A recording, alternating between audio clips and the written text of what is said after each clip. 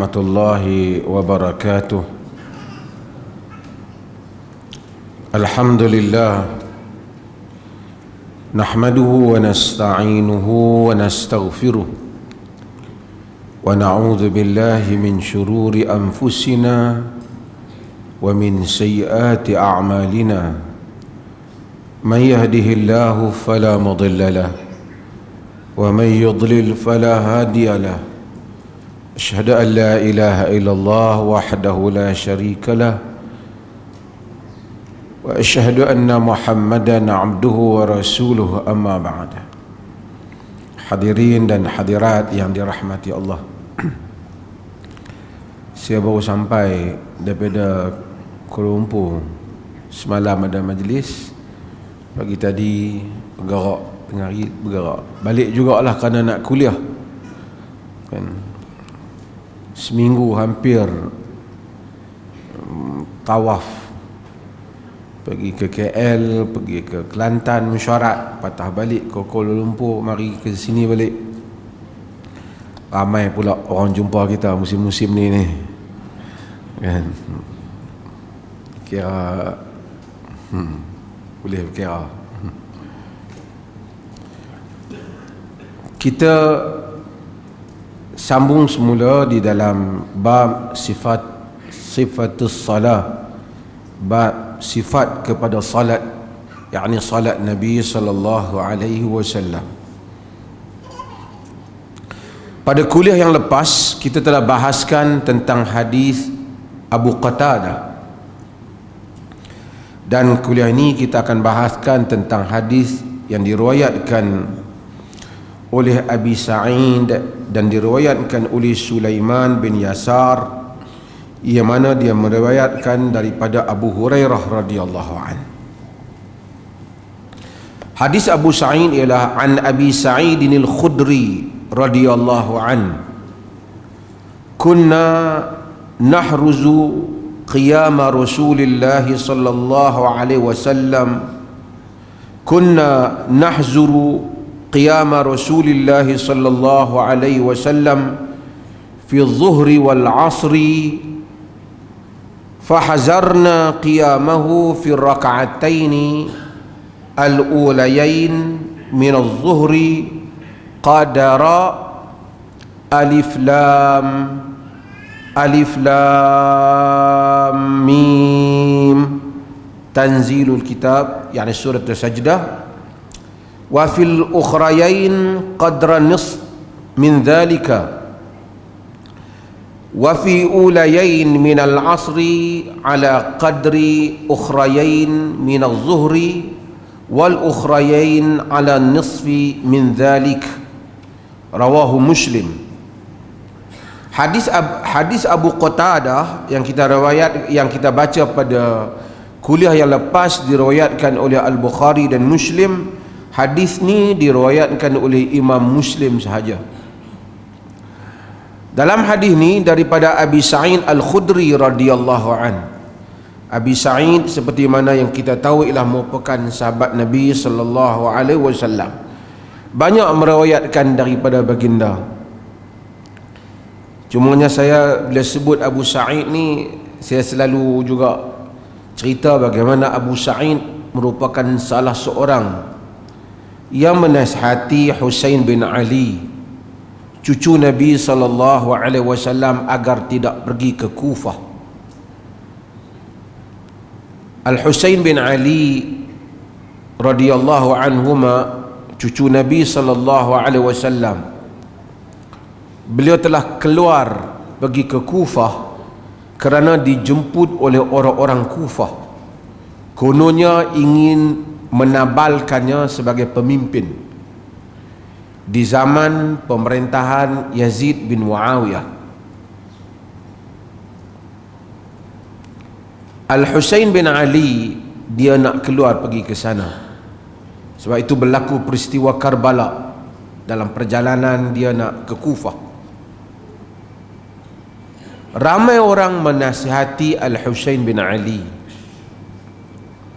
Antara yang menasihati Al-Husain bin Ali ialah Abu Sa'id al-Khudri radhiyallahu anhu.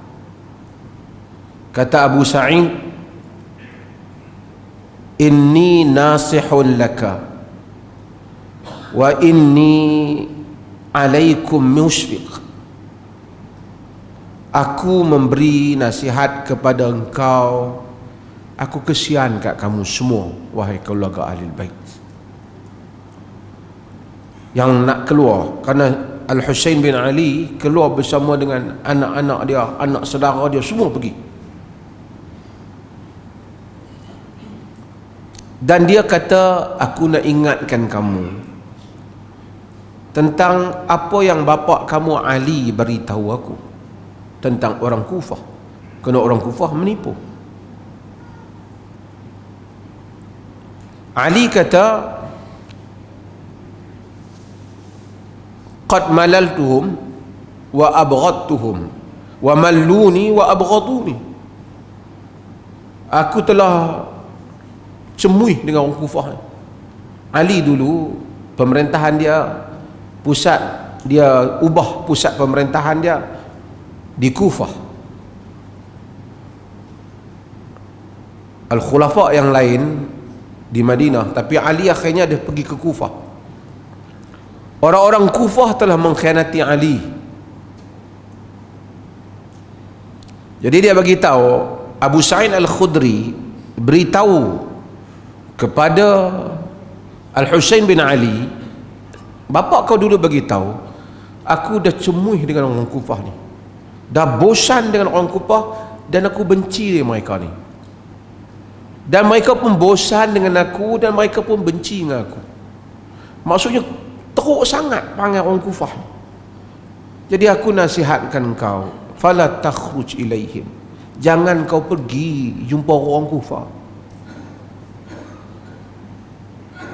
Tapi Al-Husain bin Ali dia pergi, kerana kata Abu Sa'id Al-Khudri, aku mendengar mereka menulis surat-surat yang banyak pada engkau. Banyak surat, katanya sampai 500 surat tulis pada Al-Husain. Sehingga akhirnya Al-Husain ditipu oleh orang Kufah. Dia hantar, seperti mana tuan-tuan dengar kuliah saya yang lain, saya dah cerita, dia hantar sepupu dia Muslim bin Aqil bin Abi Talib, sepupu dia pergi, Muslim pun kena bunuh. Orang Kufah tak setia. Mereka yang mengepung Al-Husain bin Ali di Karbala dan terlibat membunuh Husain bin Ali di Karbala, semuanya itu dulu ialah pasukan yang berperang di pihak Sayyidina Ali.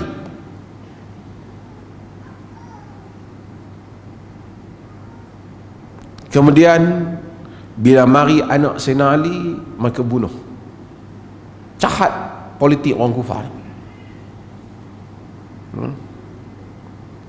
Farazdaq, syair terkenal Arab, ketika Al-Husain bin Ali dalam perjalanan nak pergi ke Kufah, Farazdaq ni penyokong Al-Husain. Dia tulis, dia ungkapkan syair yang banyak memuji Al-Husain. Bila Husain tanya dia, apa cerita orang Kufah, kata Farazdaq, qulubuhum ma'akum wa suyufuhum ma'a Bani Umayyah. Jantung hati mereka, mungkin perasaan mereka nampak macam bersama dengan kamu, tapi pedang mereka bersama dengan Bani Umayyah, maksud penentang pihak yang kamu nak lawan. Dan akhirnya berlaku pada Al-Husain. Ibnu Abbas nasihatkan Al-Husain, Sa'id Al-Khudri nasihatkan, Abdullah ibnu Zubair nasihatkan. Tapi dalam bahasa kita macam kena scam lah dengan orang Kufah ni. Cerita scam ni, scammer ni lama punya cerita. Orang boleh bohong orang. Dalam hidup ni kadang-kadang orang tu nampak bijak, tak mustahil dia boleh kena. Sayyidina Husain ni mungkinlah mereka tipu dia, sebenarnya dia bukanlah bodoh, dia orang yang bijak, tetapi kejahatan itu melampaui. Tuan-tuan boleh tengok kuliah khas saya panjang kat sejam, saya cerita bagaimana pembunuhan Sayyidina Husain. Masjid mana tu saya cerita. Ya. Tapi saya nak ceritanya macam-macam dalam dunia ni. Sebab dunia ni manusia perlu berhati-hati. Hari itu saya cerita pada tuan-tuan. Guru pencen ada duit 400,000 kata. Saya dibeli laporan oleh bahagian jenayah komersial di negeri Perlis kita. Ditipu oleh scammer. Tersandang. Ada 100 yang semua kena tipu ni kira bukan, orang kata bukan calang-calang lah, orang tahu duit, pernah kira duit, tapi sentiasa penipu ni lebih cekap daripada kita. Sebab tu kita kena hati-hati dalam hidup ni, supaya minta semua kita mungkin terkena, tapi hati-hati. Agama sentiasa menyuruh kita berfikir dengan setiap hal. Negara kita kelihatan orang Islam sekarang ni macam ada duit. Ada duit, kita tengok dalam duk kata tak ada duit ni pun ada duit. Restoran yang mewah, makan, kenderaan, duit banyak, baju cantik, beratok nak beli tudung, kan? Negeri lain beratok nak beli roti, beratok nak beli tudung, beratok nak beli minyak wangi. Ni dalam duit duk jatuh. Kalau duit naik, kita pergi ke UK, yang beratok nak beli mangkuk pinggan yang bagus-bagus orang Malaysia. Kat di kedai LV di Paris, antara yang duk muka hak duk masuk tu orang Malaysia, duit banyak. Tak tahulah duit tu main mana, Raja Arab bagi ke ataupun dia sendiri, kita tak tahu. Cumanya duit lah orang Malaysia, negara ada duit. Bila negara ada duit ni, ramai orang datang. Semua orang nak buat dakwaan macam-macam. Kalau peminat kosmetik, semua geng-geng kosmetik kan datang. Peminat ubat, makan suplemen, macam-macam suplemen datang. Bila minat agama, ke belakang ini seem like, kelihatan seperti ramai orang mari bawa package agama. Nak jual apa-apa kena sandak kepada Nabi. Nak jual kopi, kopi Nabi. Nak jual apa? Kulat, kulat Nabi. Hai, kacau.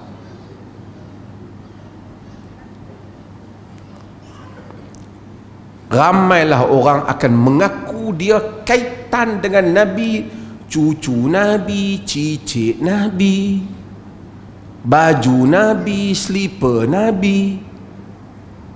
Kerana ia bukan soal pengakuan, tapi soal apa yang akan diperolehi di sebalik pengakuan. Orang tanya saya, mereka kata ada cucit Nabi, cicit Nabi datang, cicit yang ke-38. Lepas tu ada pula tanya, kenapa negeri Perlis tak mengalu-alukan cucu cicit Nabi? Saya kata negeri Perlis, cucu cicit Nabi jadi raja. Negeri Perlis ni, situ satu. Jadi tak betul lah kata tak mengalu-alukan. Cuma nak ceritanya, nasab ke-38 dalam negara kita ni 37, 36 pun ada. Mungkin tak berapa segak lah kot. Cari-cari mungkin ada segak juga. Tapi seolah-olah gegak gempita. Kenapa? Semua orang, saya pergi kok jalan di Kuala Lumpur pun buat syarat untuk tanya, ni apa cerita cicit ke-38? Saya tak kenal. Saya tak mau ulas nasab dia ke apa, sebab saya tak tahu nasab dia. Tetapi prinsip di dalam agama Sebab itu mempelajari agama, masuk pada pintunya yang betul. Agama ni sebelum nak cerita tentang nasab Nabi dan seumpamanya, Nabi ni dia bukan nak kempen nasab dia. Bukan saya kata tak ada, mawaddatan lil qurba ada dalam Quran, tapi itu bukan tajuk utama dia. Sehingga zakat pun keluarga Nabi tak boleh ambil. Keluarga Nabi tak ambil zakat. Apa yang Nabi kempen? Ayyuhan nas inna khalaqnakum min zakarin wa unsa wa ja'alnakum syu'uban wa qabaila lita'arafu. Wahai manusia, semua Allah jadikan dari laki dan wanita, kami jadikan kamu berpuak-puak, berkabilah-kabilah supaya kamu kenal mengenali. Apa yang Nabi sebutlah hadis Imam Ahmad, la fadla li arabiyyin ala a'jami wala a'jami ala arabi wala aswad ala ahmar wala ahmar ala al-aswad illa bitaqwa. Inna rabbakum wahid wa inna abakum wahid. Bapa kamu satu, Tuhan kamu satu, bapa kamu satu. Ketahuilah tak ada lebih orang Arab di atas orang bukan Arab, orang bukan Arab di atas orang Arab. Tak ada lebih yang merah atas yang hitam atas yang merah, melainkan dengan taqwa. Man batta'a bihi amaluhu la yusri'u bihi nasabuhu. Siapa yang lembab, tak laju, tak pantas amalannya, tidak akan mengangkat dia nasab keturunannya. Wallahi law saraqat Fatimatu bintu Muhammad laqata'tu yadaha. Demi Allah, jika Fatimah binti Muhammad mencuri, nescaya aku potong tangannya. Bukan kata tak ada bab Ahlul Bait, ada. Allahumma salli ala Muhammad wa ala ali Muhammad, kaum keluarga Muhammad. Nanti kita akan bahas, saya akan buat satu kuliah khas siapa dah Ahlul Bait. Daripada isteri-isteri Nabi, kaum keluarga Ali, kaum keluarga Abbas, kaum keluarga Aqil, Bani Hashim keseluruhannya. Masuk tak Bani Abdul Muttalib? Perbincangan di kalangan para ulama besar.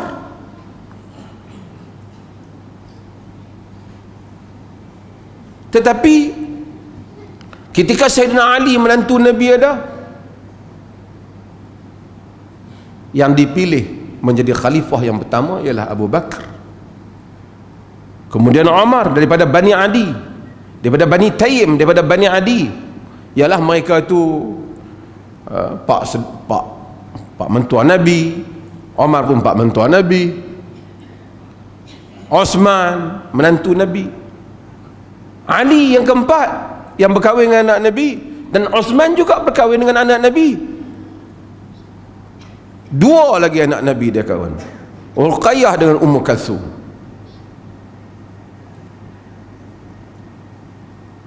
Kemudian kerajaan dibentuk, kerajaan Bani Umayyah. Orang Islam berada bawah kerajaan Bani Umayyah. Kemudian berlaku pemberontakan, jatuh, naik kerajaan Abbasiyah. Daripada Bani Abbas timbul isu Bani Abbas, Bani Abbas,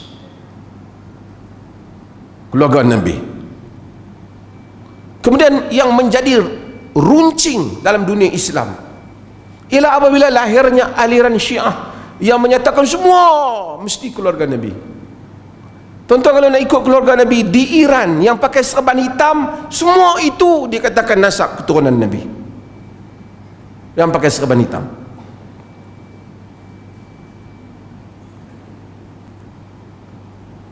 Bukan hak hijau ya.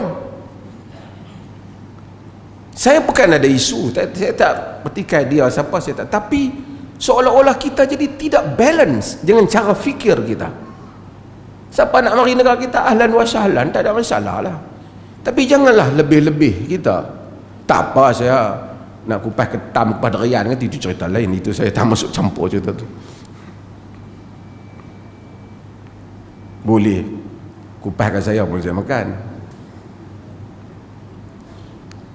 Tapi saya nak ceritanya ialah cara fikir kita. Seolah-olah pening semua. Macam mana? Apa dia? Apa masalah? Let's say keluarga Nabi, betul cicit Nabi. Kita ada banyak cicit Nabi dalam negara ni. Yang Said yang betul ni, yang Said yang betul. Ada Said malam Jumaat, ada. Siapa orang Pulau Pinang tahu, tanya Sabri. Lahir hari Jumaat terus jadi Said. Dia kata, kerana Jumaat Saidul Ayyam, penghulu segala hari. Saya nak sebut sikit isu ni sebab bukan saya has nothing to do dengan orang berkenaan lah. Tak apalah, kalau dia keluarga ke apa, itu pulang hal dia. Tapi cara kita, apa masalah nak? Nasab ke 38 ni 37 pun ada, 36 pun ada, 35 pun silap-silap ada dalam negara kita. Dalam negara lain pun ada. Saya bukan kata salah, tapi saya bimbang orang kita lagi mai kawalin pula. Aku nasab yang ke-30 pula, lagi kacau kan. Beli bubur serban, buat lain sikit, oh kacau kita ya? Kita kena seimbang. Innallah, asalnya innallaha la yanzuru ila suwarikum walakin yanzuru ila qulubikum wa a'malikum. Allah tak tengok pada rupa kamu, dia tengok pada amalan kamu, jantung hati kamu dan amalan. Keluarga Nabi alal ain wa ra's, Arab kata. Keluarga Nabi ni kalau dah ikut sunnah Nabi, keluarga Nabi pula lagilah kita sayang. Yang tak keluarga Nabi, kalau ikut sunnah Nabi kita sayang, di kalangan para ulama, tambah dia keluarga Nabi, dah kita sayang kat Nabi, kita sayang kat dia, itu no issue. Udzakirukum bi ali baiti, kata Nabi, bi ali baiti, aku ingatkan kamu dengan kaum keluargaku. Kita tak ada masalah. Allahumma salli ala Muhammad wa ala ali Muhammad. Tapi ali Muhammad bukan 2-3 orang tu saja. Sebagian ulama fuqaha masukkan juga isteri-isteri Nabi, masukkan juga semua daripada Banu Hashim. Jadi tak seimbang cara fikir. Patut kita fikir bagaimana mendalami ajaran Nabi sallallahu alaihi wasallam. Tapi kalau untuk ulama alim besar, faqih, keluarga Nabi pula, masya-Allah.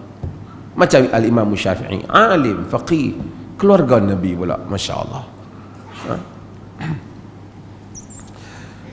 Qala, kata Abu Sa'id, kunna nahruzu qiyama Rasulillah sallallahu alaihi wasallam fi az-zuhri wal 'asr. Kami kunna nahzuru qiyama Rasulillah sallallahu alaihi wasallam. Nahzuru ni satu perkataan yang jarang lah kita ni muncul di dalam penggunaan Arab, sehingga ditermasuk dalam gharib dalam hadis. Maksud nuqis, nakhruz, kami menilai, kami mengandaikan, kami mengagak. Qiyam Rasulullah sallallahu alaihi wasallam, qiyam Rasulullah sallallahu alaihi wasallam fi zuhri wal asr, pada zuhur dan asar.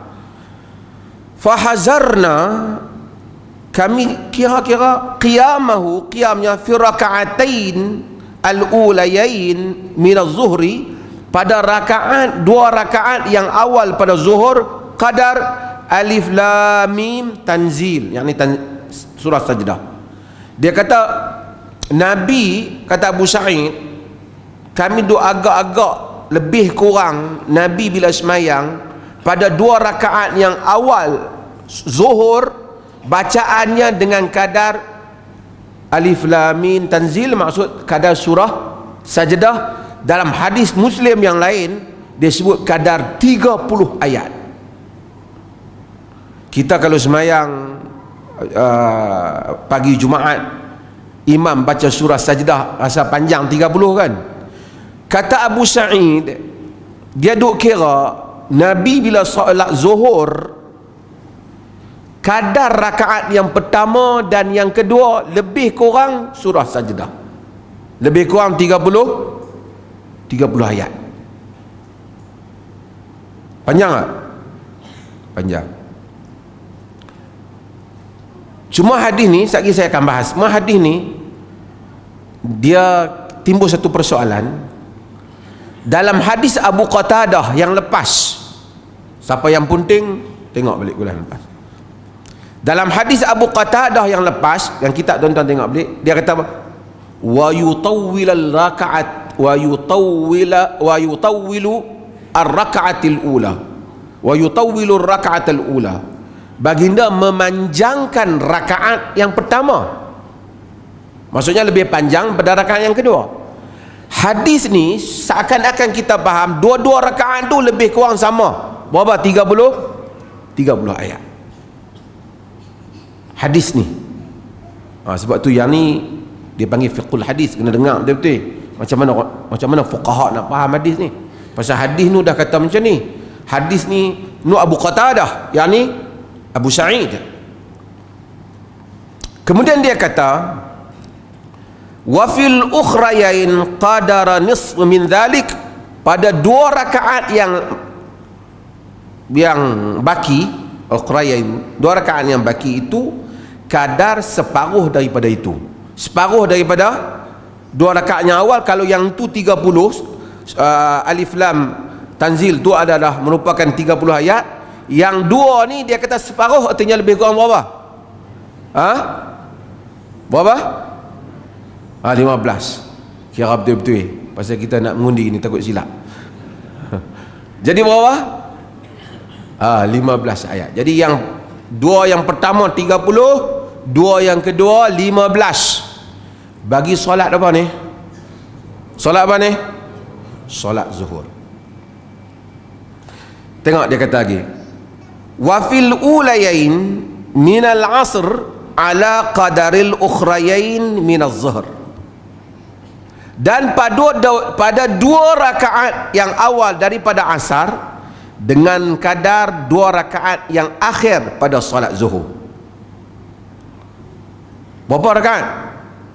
Berapa ayat? Ni solat apa? Solat asar, dua rakaat yang awal kadar dia berapa ayat? Berapa? 15. Dia kata pada dua rakaat yang awal solat zuhur, kadar dia dua rakaat yang akhir, dua rakaat yang awal solat asar, kadar dia dua rakaat yang awal yang akhir solat zuhur. Dua rakaat yang awal solat asar, kadar dia dua rakaat yang akhir solat zuhur.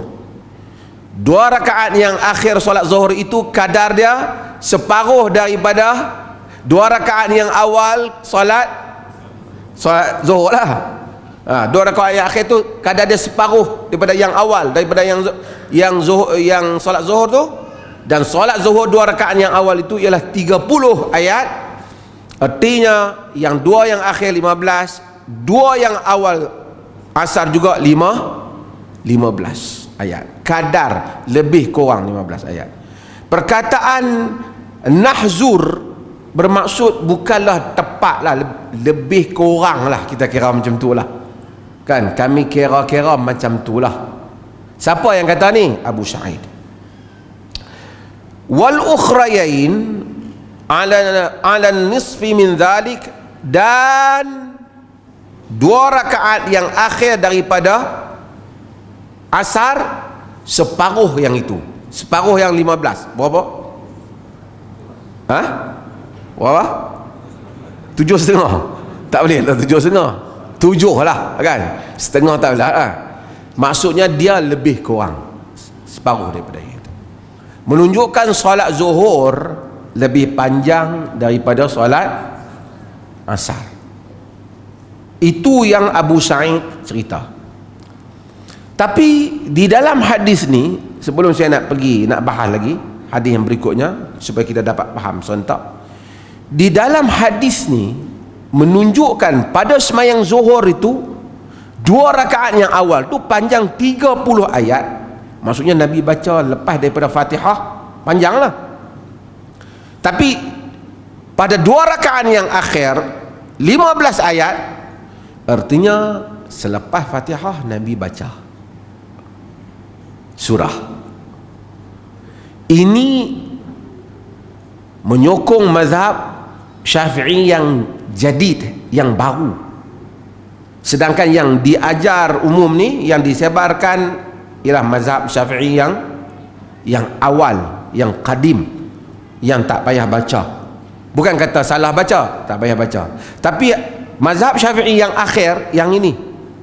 Sebab tu di dalam mazhab Syafi'i saya dah sebut tuan-tuan, ada qaul qadim yang diangkat oleh ulama Syafi'i, sekalipun ada qaul jadid, qaul lama diutamakan melebihi qaul baru Imam Syafi'i oleh ulama Syafi'i. Di antaranya masalah ini, antaranya masalah ni ada lebih kurang 18 masalah, antaranya masalah ni. Okey, tak apa, nanti saya akan pergi. Jadi tuan-tuan dah dapat gambaran bahawasanya panjang ni 15 ayat. Artinya kalau baca Fatihah aja, Fatihah apa? 7 saja. Artinya Nabi mesti baca something selepas daripada bacaan Fatihah pada rakaat yang ketiga dan keempat. Hadis ni jelas. Hadis ni jelas. Okey, kita tengok riwayat. Tuan-tuan tengok hadis yang berikutnya. Saya nak gabung sekali baru boleh senang nak urai. Wa an Sulaiman bin Yasar rahimahullah, daripada Sulaiman bin Yasar. Sulaiman bin Yasar al-Hilali, bekas hamba Maimunah Ummul Mukminin, isteri Nabi sallallahu alaihi wasallam, nama Maimunah. Sulaiman bin Yasar ni bekas hamba Maimunah. Saya pernah hurai dah pasal apa ada perhambaan dan bagaimana Islam menghapuskannya, bagaimana masa awal masih lagi ada perhambaan. Okey.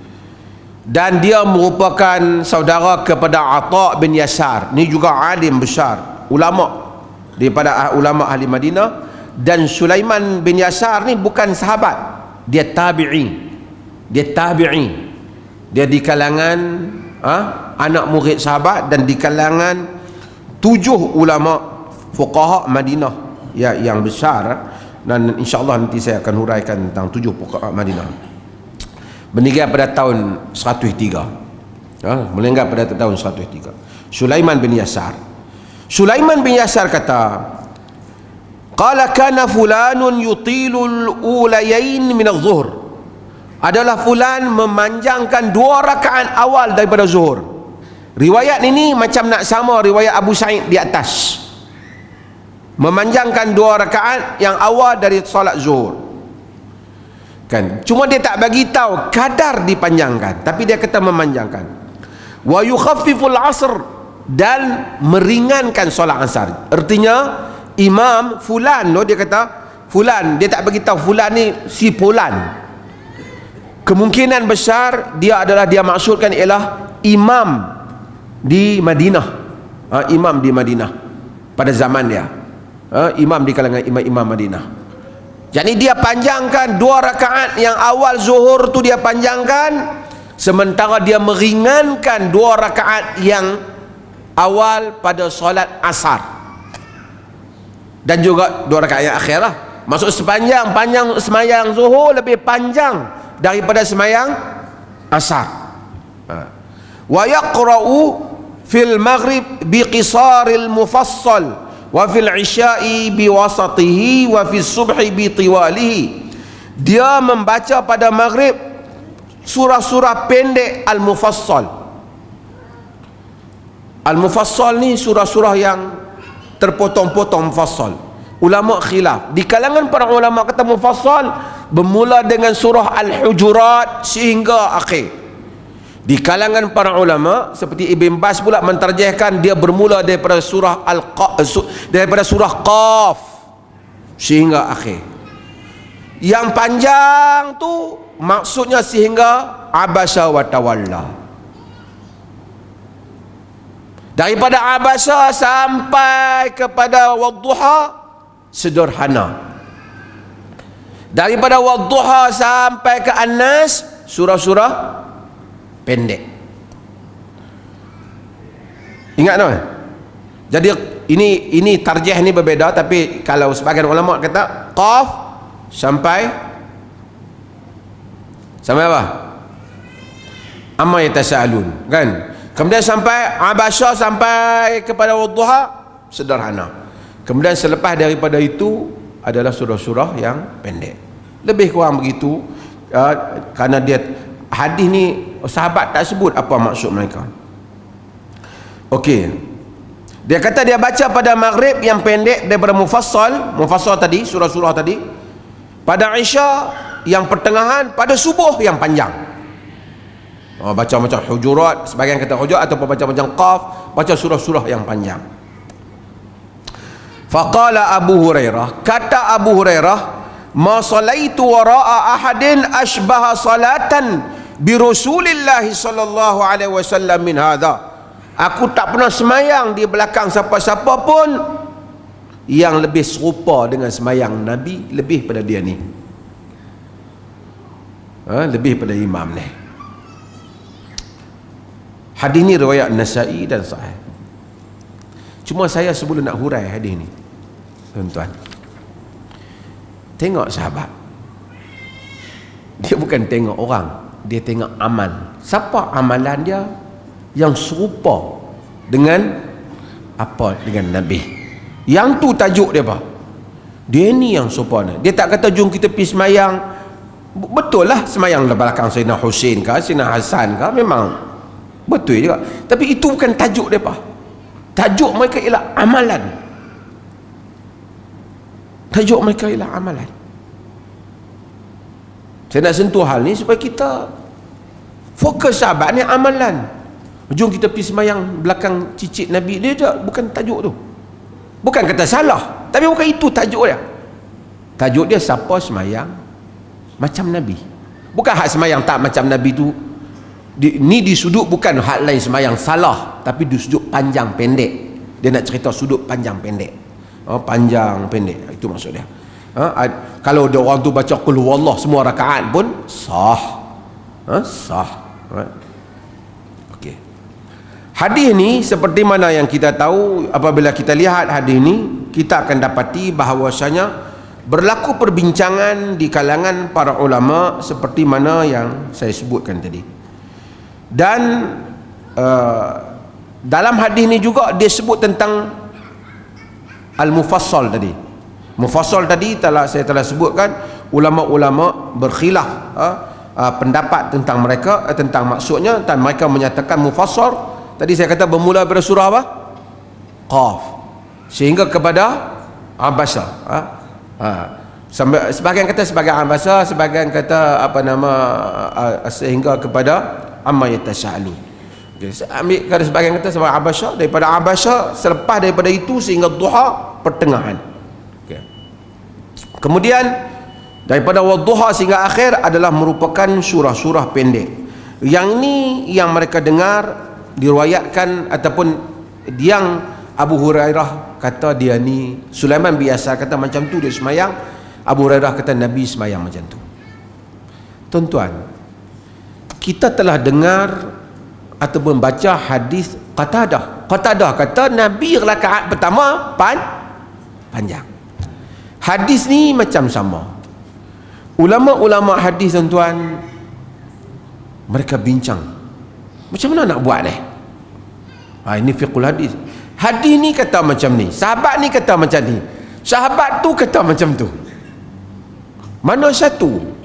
Dia panjang yang rakaat yang pertama, pendek yang kedua, yang akhir pendek ke? Ataupun ada riwayat dia kata dia tak baca pada dua rakaat yang akhir ni.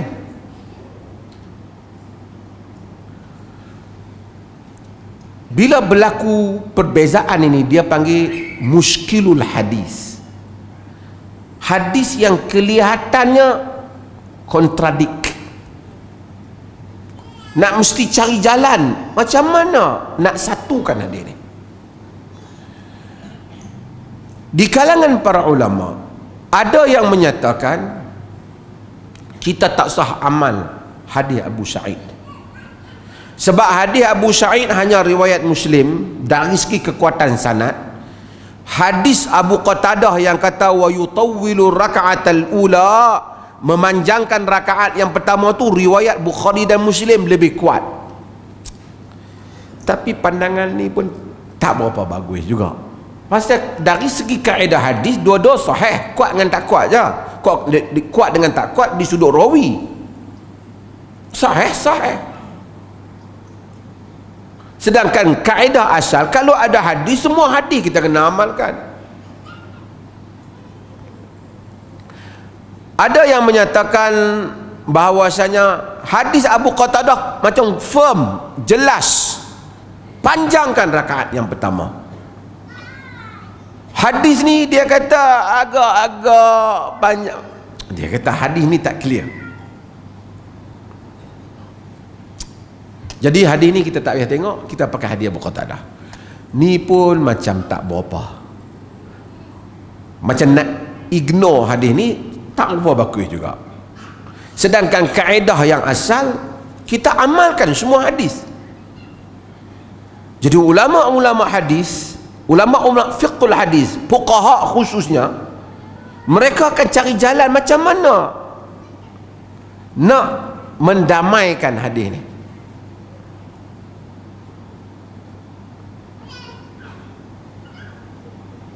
Mereka kata dia begini, Nabi ni bukan semayang zuhur sekali, dia semayang zuhur banyak. Setiap zuhur hari lah dia pergi semayang.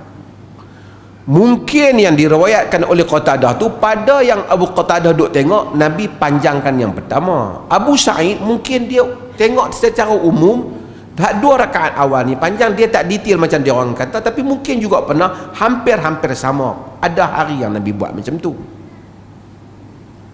Jadi menunjukkan ada kepelbagaian amalan Nabi di dalam pelaksanaan solat tu sendiri. Yang pastinya zuhur lebih panjang daripada asar. Jadi kadang-kadang orang tengok, orang beli belakang, macam mana Nabi sembahyang? Aku dulu Nabi sembahyang 2 rakaat awal dia panjang. Abu Qatadah ni mari lebih detail, pertama lebih panjang. Dia macam tu, bukan tolak hadis mereka ni. Ataupun mereka kata, anda kan mungkin kesemua tu berlaku pada zaman Nabi SAW. Hatta pada hadis-hadis yang sebut, umpamanya Nabi baca pada subuh surah mufassal yang panjang. Dan kita juga ada hadis Muaz yang Nabi SAW nasihat Muaz, jangan panjang pasal orang nak pergi kerja. Jadi panjang pendek imam itu juga merujuk kepada keadaan Nabi. Kalau hari itu orang semua tidak ada urusan apa, memang akan panjang lah. Kalau kita jadi imam di tempat orang, memang di dalam riwayat-riwayat hadis, Nabi bukan saja membaca surah-surah yang pendek semasa sembahyang maghrib. Nabi SAW ada kala membaca surah-surah yang panjang. Masa Nabi SAW sampai maghrib, sampai surah Dukhan, sampai hampir pada Isya Nabi baca. Kita kena tengok keadaan lah. Kita imam di kawasan bandar, orang rehat 1 sampai 2. Kita sekali jadi tok imam sembahyang zuhur 2.30 baru habis. Tak padan lah. Tapi kalau kita hari cuti, tak ada apa, kita pun kawasan, kita duduk tengok, tak ada apa, kita panjangkan sikit, padanlah. Itulah kebijaksanaan imam apabila menguruskan solat-solat yang seperti ini. Dan hadis-hadis ini juga memberi isyarat bahawasanya selepas daripada rakaat yang pertama dan kedua, boleh juga membaca surah ataupun ayat. Bahkan dalam As-Sunabiji, dia menyatakan dia salat di belakang Abi Abdillah As-Sunabiji, dia salat di belakang Abu Bakar Siddiq, dia dengar Abu Bakar Siddiq baca Rabbana la tuzigh qulubana ba'da idh hadaitana wa hab lana min ladunka rahmah innaka antal wahhab, pada rakaat yang ketiga solat maghrib. Tapi dia duduk dekat dia dengar Abu Bakar baca. Maksudnya pada rakaat, selain pada rakaat yang pertama dan kedua juga boleh membaca surah bagi sesiapa yang nak membaca, dan jika tidak membawa bebanan terutama pada imam, bagi orang yang di belakang. Kita azan dulu.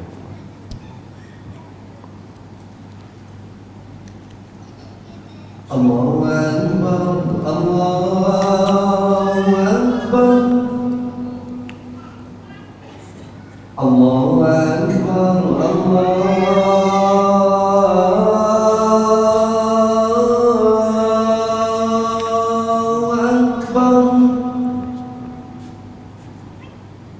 Asyhadu an la ilaha illallah.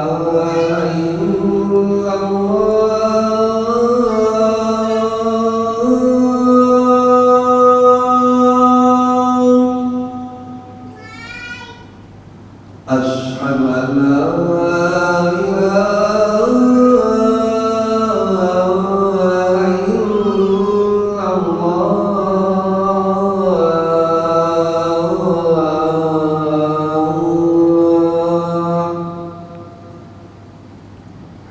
Asyhadu anna Muhammadan Rasulullah.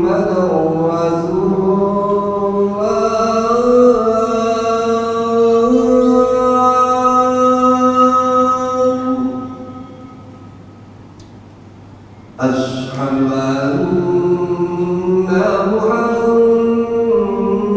Muhammadan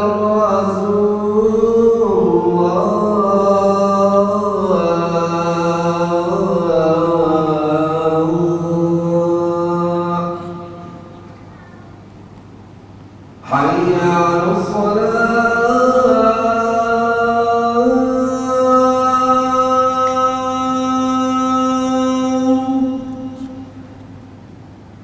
Hayya 'alas salat.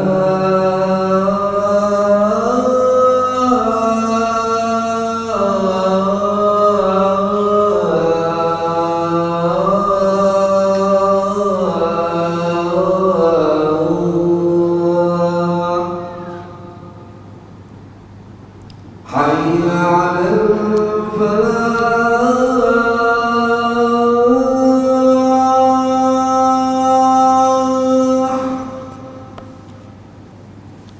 Hayya 'alal falah.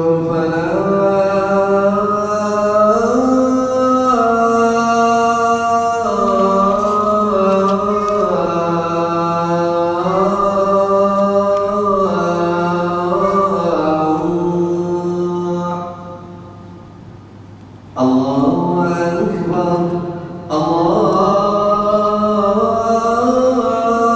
Akbar.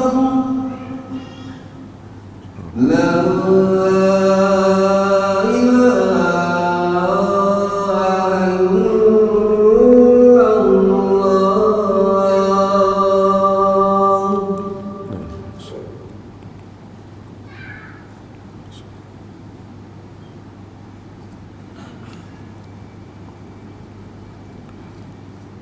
Tentu ada soalan.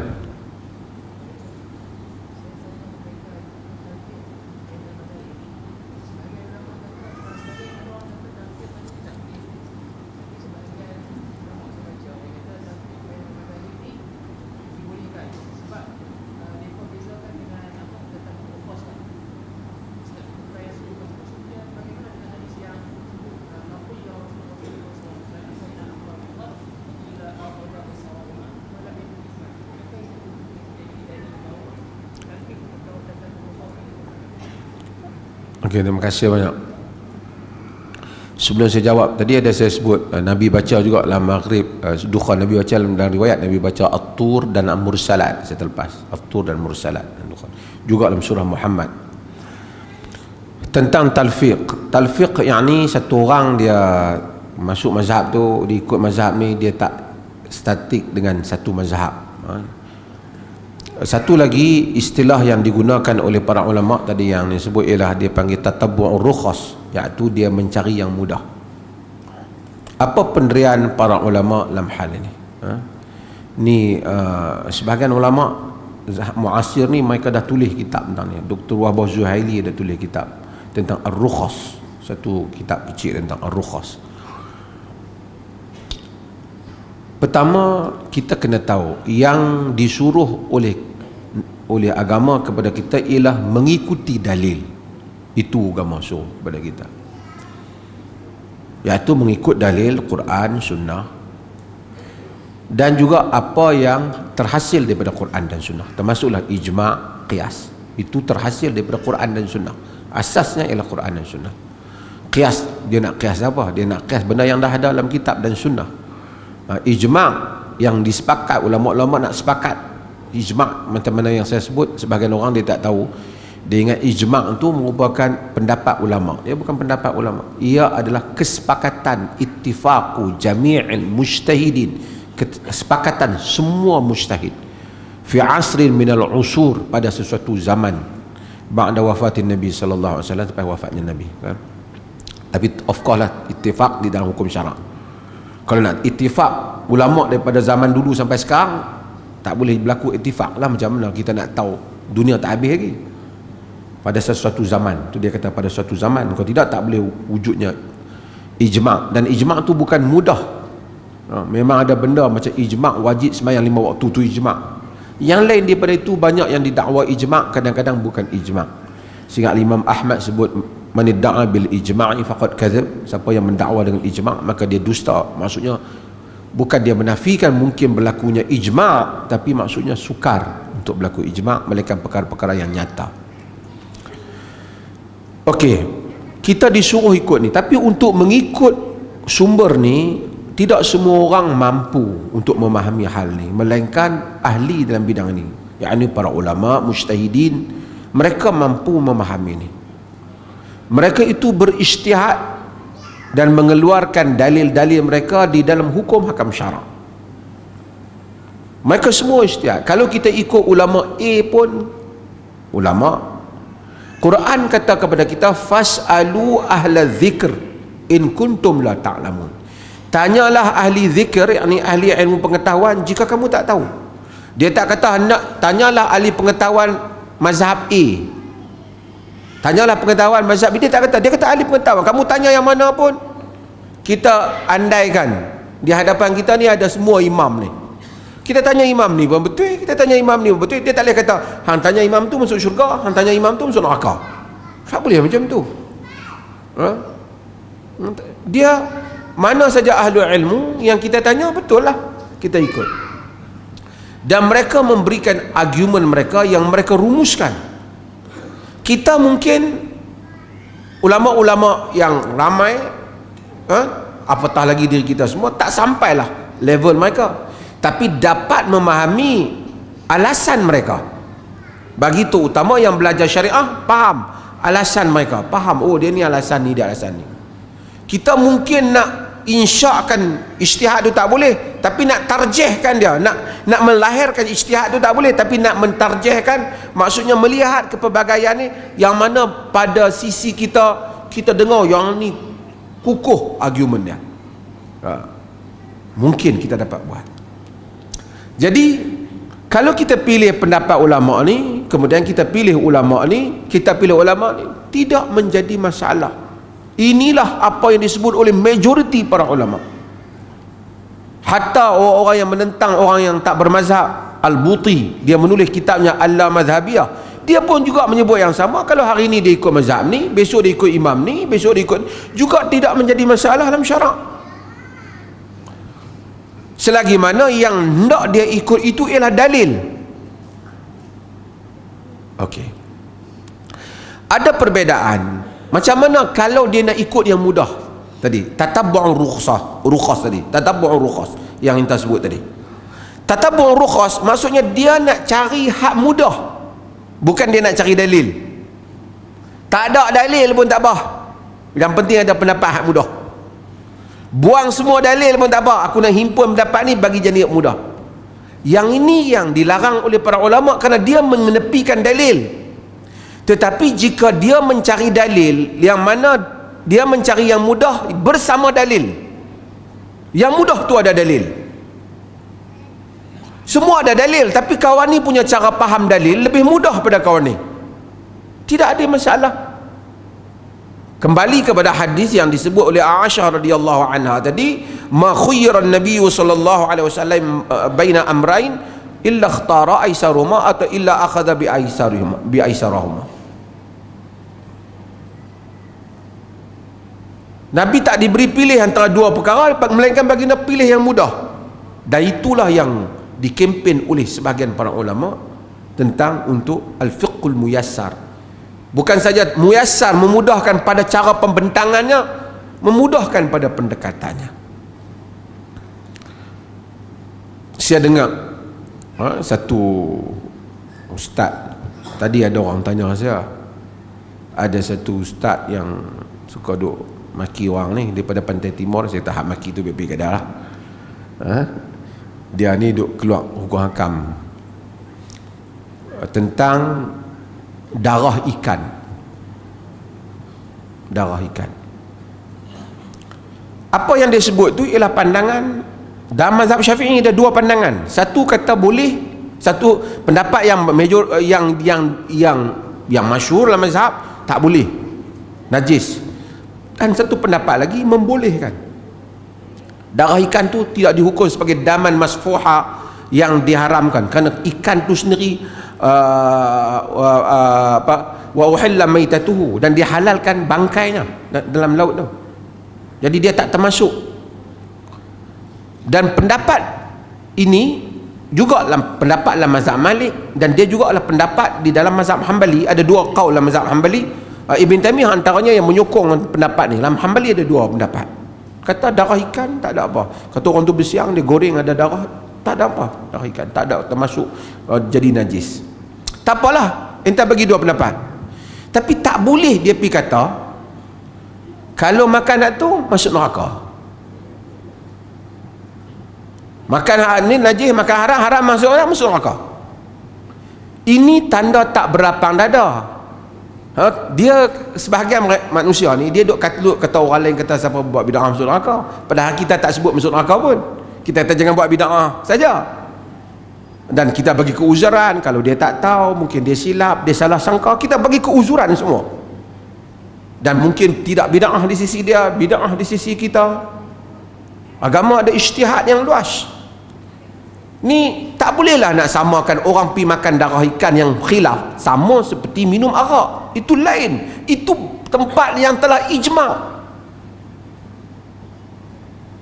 Yang ni bukan orang tu nak lawan Tuhan. Mungkin pada sisi dia ikan tu sendiri halal. Katalah ini pendapat yang kuat, elok jangan makan. Kalau kita nak tarjih macam tu, tak boleh siapa makan masuk neraka. Tak boleh macam tu. Tak boleh macam tu. Sebab itu kena ada kelapangan dada dalam melihat khilaf. Hatta dalam mazhab Syafi'i itu sendiri dua pandangan ada. Saya kebetulan tadi saya nak main, saya orang tunjuk. Saya tak boleh macam ni. Tak boleh lah sampai masuk neraka. Kan? Pasal apa awak masuk neraka? Termakan darah ikan. Come on lah, kalau minum arak cerita lain. Bersiang ikan, ada darah tu, digoreng kali, masuk neraka. Kadang-kala sebab tu kadang-kadang hidup ni samalah, kita lah nasihat diri kita, siapa-siapa lah, kita semua sama. Kita jangan berbodoh ke orang saja. Kadang-kadang hari bodoh saya, cik, ada juga macam Piramli kata. Jadi mudah-mudahan Allah Ta'ala rahmati kita, supaya kita sama-sama untuk memahami hukum syarak. Tuan-tuan, ada bab yang khilaf. Contoh nabis. Nabis arak sepakat haram. Nabis ni ayak rendaman, rendam buah. Lepas tu lama sikit, dia mari nak jadi macam nak tapai sikit, dia tak mampu. Benda bab ni orang khilaf. Ahli Kufah ada pandangan dia. Sebab tu terkenal Al-Waqi' bin Jarrah. Siapa baca puisi yang dinasabkan kepada Imam Syafi'i, syakautu ila waqi'in su'a hifzi fa arsyadani ila tarki ma'asi li anna ilma nurun wa nuru Allah la yahdi la'asi. Tu Waqi', syakautu ila Waqi' bin Jarrah nama dia. Waqi' tu puasa semayang malam, khatam Quran tiap-tiap hari, minum nabis. Imam Zahabi kata alangkah baiknya jika dia tak minum, warak sikit. Tapi mana nak cari orang seperti Waqi' kesalahan. Benda macam tu orang tak boleh kata ahli neraka. Pasal bab ni bab yang khilaf di dalam benda-benda muamalah. Benda-benda yang muamalah, bukan khilaf yang sikit-sikit, khilaf yang strong. Dua-dua pihak ada hujah. Macam tadi, bukan siapa-siapa nak lawan Nabi. Kawan ni faham macam ni, kawan ni faham, duduk pada nas tu juga. Duduk pada nas tu juga. Sebab tu bila kita belajar banyak, kita sadrurah, masya-Allah, rahmat Allah. Kalau benda yang clear haram, arak haram, curi hak orang haram, makan harta rasuah haram, hak ni semua clear. Tak ada orang kata rasuah, ada ulama kata makruh, ada kata sunat muakkad, tak ada. Yang ni haram, yang makan pun haram, yang setuju pun haram. Wallahu ta'ala a'lam. Wa sallallahu ala nabiyyina Muhammad walhamdulillahi rabbil alamin.